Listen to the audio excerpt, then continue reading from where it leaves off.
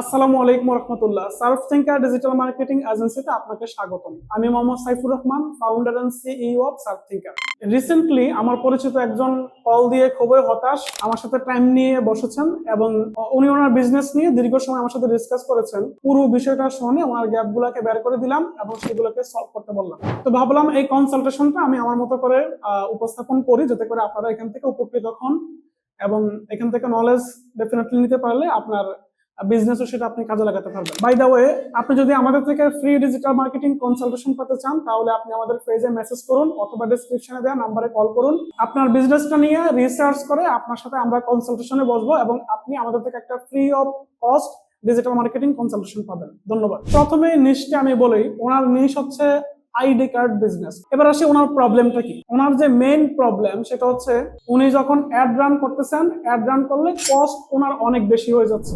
একটা মেসেজে প্রায় 37 সেন্ট থেকে শুরু করে 50 সেন্ট কোনো কোনো ক্ষেত্রে ফেসবুক নিয়ে যাচ্ছে। অর্থাৎ উনি কস্টটা হাই হয়ে যাওয়ার কারণে বিজনেসটা ঠিকঠাক ভাবে করতে পারতেছেন না। তো তখন ওনার পুরো বিজনেসটা আমি দেখলাম, ফেসগুলো নিয়ে নাড়াচাড়া করলাম, ইত্যাদি বিষয়গুলো দেখার পরে ওনার বিজনেস আমি যে গ্যাপ গুলা খুঁজে পেয়েছি সেগুলো আমি ওনাকে বলে দিয়েছি এবং আমি মোটা দাগে মেইন পয়েন্ট গুলা লিপিবদ্ধ করেছি যাতে করে আপনাদের সাথে শেয়ার করতে পারি।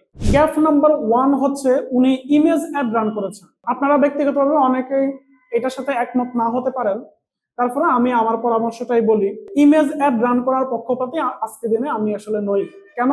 কারণ অনলাইনে বিক্রি হওয়ার জন্য সর্বপ্রথম যে বিষয়টা বারবার উঠে আসতেছে সেটা হচ্ছে ট্রাস্ট। যদি আপনাকে কেউ ট্রাস্ট করতে না পারে তাহলে আপনার প্রোডাক্ট বা সার্ভিস আপনি যেটাই ট্রাই করেন না কেন সেল হবে না, এটা 100% গ্যারান্টি। আপনার যেটা করা উচিত সেটা হচ্ছে আপনার নিজের ফেস দেখিয়ে ভিডিও অ্যাড তৈরি করা উচিত এবং ভিডিও অ্যাড রান করা উচিত। দেখেন, আমি যে আমার ফেস দেখিয়ে আমি পরামর্শ দিচ্ছি এটা কিন্তু আপনার সাবকনসিয়াস মাইন্ডে হিট করতেছে। আপনি আমাকে আজকে দেখতেছেন, কালকে দেখবেন, একটা সময় দেখতে দেখতে আমার সাথে অনলাইন একটা এঙ্গেজমেন্ট তৈরি হওয়ার কারণে আপনি একটা সময় গিয়ে আমাকে কোনো প্রোডাক্ট কিনে নেবেন। বিষয়টা কিন্তু যে কোনো প্রোডাক্ট বা সার্ভিস বিক্রি করেন এভাবেই কাজ করে। আপনাকে কেউ দেখে না, চিনে না, আপনার থেকে এর আগে সার্ভিস নেয় নাই, পরিচয় নাই, সে আপনাকে কেন অর্ডার দিবে, কেন আপনার থেকে সার্ভিস নেবে? তো এভাবে ইমেজ অ্যাড রান করলে আসলে এই সমস্যাটা থাকে। যদি আপনি ইমেজ অ্যাড রান করে থাকেন এবং আপনি রেজাল্ট না পান, আমি বলবো যে ইমিডিয়েটলি আপনি অ্যাড বন্ধ করে নিজের ফেস দেখি আপনি ভিডিও বানান, তারপরে সেই ভিডিও অ্যাড রান করেন, ইনশাআল্লাহ আপনার সেল ডেফিনেটলি বৃদ্ধি পাবে। গ্যাপ নাম্বার 2 নম্বরে আমি যে গ্যাপটা খুঁজে পেলাম সেটা হচ্ছে যে ওনার কোনো কাস্টমার অ্যাভাটার নাই। মানে উনি কাদের কাছে সেল করবেন এই ধরনের কোনো কাস্টমার অ্যাভাটার কিন্তু উনি নিজে লিখেন নাই। ওনার মনে চাইছে সেই মন অনুযায়ী উনি কিছু টার্গেটিং দিয়েছেন এবং সেই অনুযায়ী উনি অ্যাড রান করেছেন। দেখুন, এভাবে করলে আসলে হয় না। যে কোনো প্রোডাক্ট বা যে কোনো সার্ভিস হোক, এটা একাধিক কাস্টমার অ্যাভাটার বের করা সম্ভব। কাস্টমার অ্যাভাটার যদি আপনি না বুঝে থাকেন তাহলে কমেন্ট করে জানান, আমি কাস্টমার অ্যাভাটার নিয়ে একটা বিস্তারিত ভিডিও বানাবো এবং আপনাদেরকে ক্লিয়ার করে দিব। এখানে আমি সংক্ষেপে বলি, কাস্টমার অ্যাভাটার হচ্ছে আপনি যাদেরকে টার্গেট করে অ্যাড রান করবেন ওই টার্গেটেড পিপল কারা, তাদের বয়স কত, তাদের জেন্ডার কি, তাদের লোকেশন কি, ঠিক আছে, তাদের ইনকাম রেঞ্জ কেমন, তাদের ইন্টারেস্ট কি, ইত্যাদি যে বিষয়গুলা, এই বিষয়গুলা জানা এবং একটা বিজনেসের জন্য অন্তত কম করে হলো 3টা কাস্টমার অ্যাভাটার থাকা উচিত। আমি বলবো আপনি কাস্টমার অ্যাভাটার আগে ক্রিয়েট করবেন। ওনার বিজনেসে আমি যে গ্যাপটা পেলাম সেটা হচ্ছে কাস্টমার অ্যাভাটার নেই।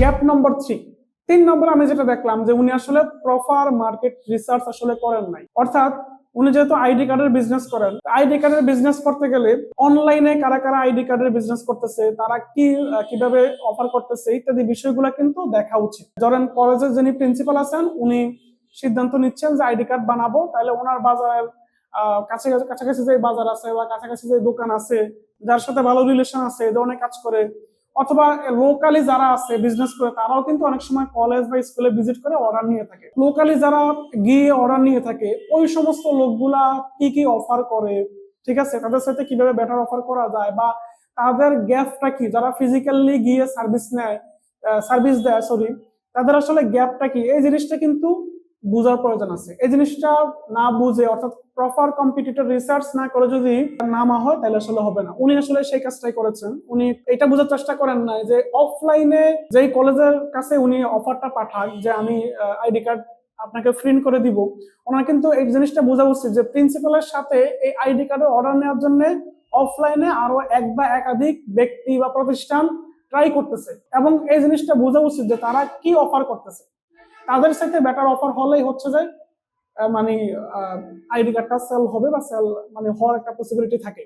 তো আশা করি বুঝতে পারছেন যে উনি মার্কেট রিসার্চটা ঠিকঠাক ভাবে করেন না। গ্যাপ নাম্বার 4, 4 নম্বরে আমি যে গ্যাপটা খুঁজে পেলাম সেটা হচ্ছে উনি আসলে একটা বেটার অফার ক্রিয়েট করতে পারেন নাই। অর্থাৎ যারা এই মুহূর্তে যারা আইডি কার্ডের বিজনেস করতেছে ওনার কম্পিটিটর, সেটা অফলাইনে হোক বা অনলাইনে হোক, তাদেরকে রিসার্চ করার পরে তারা কত প্রাইসে দিচ্ছে, তারা কি কি ভ্যালু দিচ্ছে, সেই ভ্যালুর কাউন্টারে আমি কি ভ্যালু দিতে পারি, আমি কত টাকা অফার করতে পারি, এভাবে কোনো প্রপার অফার ক্রিয়েশনের কোনো প্ল্যান ওনার কাছে ছিল না। ঠিক আছে, যার কারণে আসলে ওনার প্রোডাক্টটা সেল হচ্ছে না। কম্পিটিটিভ রিসার্চ করার পরে আপনার কিন্তু একটা কম্পিটিটিভ অফার ক্রিয়েট করার প্রয়োজন আছে। আপনি যদি সেম জাস্ট কফি এবং পেস্ট করে বিজনেস করতে যান, সেম অফার সেম সবকিছু দেন, তাহলে কিন্তু দিন শেষে কাজ হবে না। তো এই কারণে ভালোভাবে অফার ক্রিয়েট করার প্রয়োজন আছে, যে জিনিসটা আসলে উনি করেন নাই। এর বাইরে অন্যান্য বিষয়গুলো ওনার ঠিক ছিল।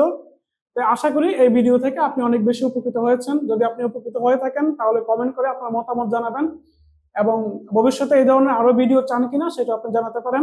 যদি আমার ভিডিওটি ভালো লাগে থাকে তাহলে এই চ্যানেলটি সাবস্ক্রাইব করে রাখবেন এবং বেল বাটন বাজিয়ে দিবেন, যাতে করে ভবিষ্যতে কোনো ভিডিও পাবলিশ করলে আপনি সাথে সাথে নোটিফিকেশন পান। ধন্যবাদ।